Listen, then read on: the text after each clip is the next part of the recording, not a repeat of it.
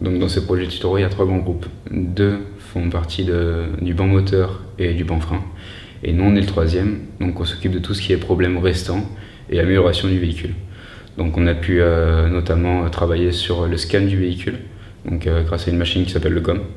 On a travaillé aussi sur les cales freins, le barre de parallélisme pour les roues avant, mais aussi pignon de transmission et différents problèmes.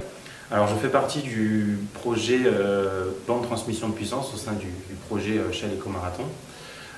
Notre mission à nous a été, grâce à l'aide du banc de transmission de puissance existant, de modifier ce banc de puissance pour pouvoir déterminer quel mode de transmission sera le meilleur pour le calisson. Mais dans un premier temps, nous avons dû choisir un moteur électrique pour pouvoir remplacer le moteur thermique, car il est pilotable plus facilement. Pour installer ce moteur électrique, nous avons utilisé le CATIA, donc la CAO du banc moteur des années précédentes, que les élèves avaient conçu auparavant. Et nous l'avons modifié pour adapter notre solution et il ne nous reste qu'à faire les tests pour déterminer si, oui ou non, on peut trouver un meilleur mode de transmission.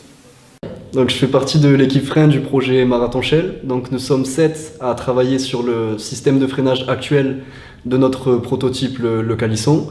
Donc l'objectif de notre projet, c'est tout simplement d'améliorer les performances du système.